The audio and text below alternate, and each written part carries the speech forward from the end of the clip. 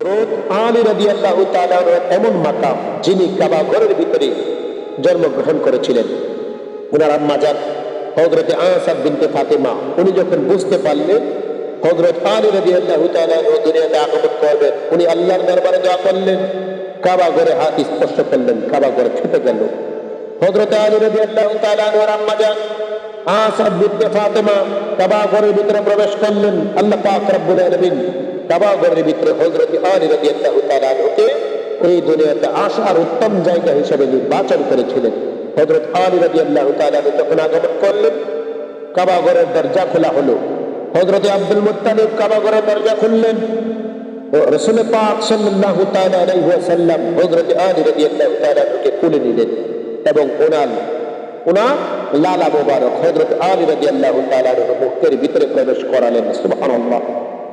হযরত আলী রাদিয়াল্লাহু তাআলা কে ওনার আব্বা জান আবু তালিব কোলে নিয়ে যখন বাড়ির দিকে রওনা হয়ে গেলেন, ঈসাই আলেম অথবা ইহুদি আলেমগণ হযরত আলী রাদিয়াল্লাহু তাআলার আব্বু হযরত আব্দুল মুত্তালিব, ওনার দাদু হযরত আবু তালিব ওনার আব্বা জানকে বললেন, হে আবু তালিব, তুমি কি জানো না কাবার সিস্টেম আছে, নিয়ম আছে, আমাদের মক্কায় নিয়ম আছে।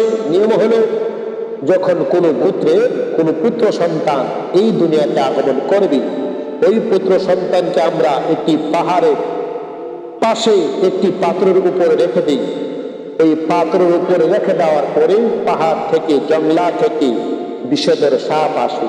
ওই সাপ যদি ওই সন্তানকে তাকলিফ দেয়, কষ্ট দেয়, ব্যথা দেয়, বোঝা গেল ওই সন্তান অবৈধ সন্তান, সন্তানের জন্মের সমস্যা আছে।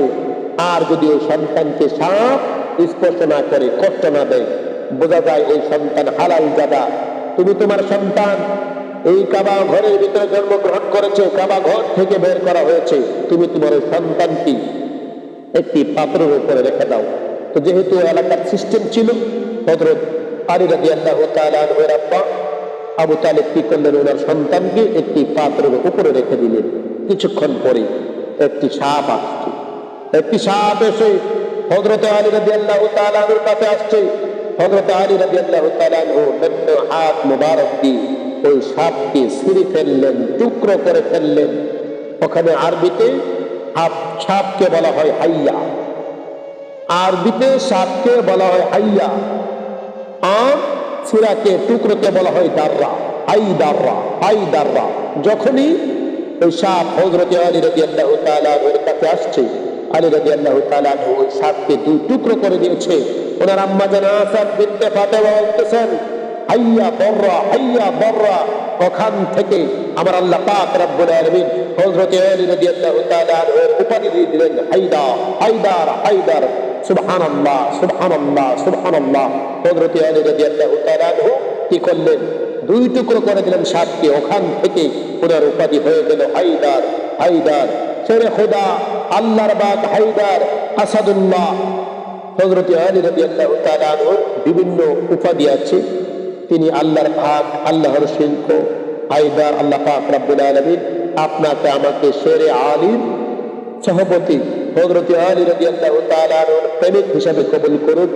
একমাত্র পৃথিবীতে যেই সন্তান আল্লাহর কাবা ঘরের ভিতরে তাশরীফ এনেছিলেন, যিনি জন্মগ্রহণ করেছিলেন, মানব জাতির একজন মানব সন্তান, তিনি হচ্ছেন হযরত আলী রাদিয়াল্লাহু তাআলা আনহু।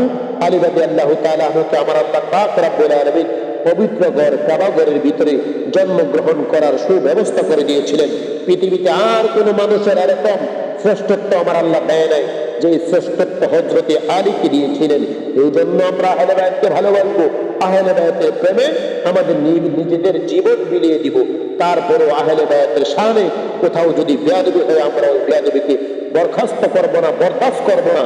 আল্লাহ পাক রব্বুল আলামিন আপনাকে আমাকে বোঝার তৌফিক দান করে। সকলে বলে আমিন। ওয়া আখিরু দাওয়ানা আলহামদুলিল্লাহি রাব্বিল আলামিন।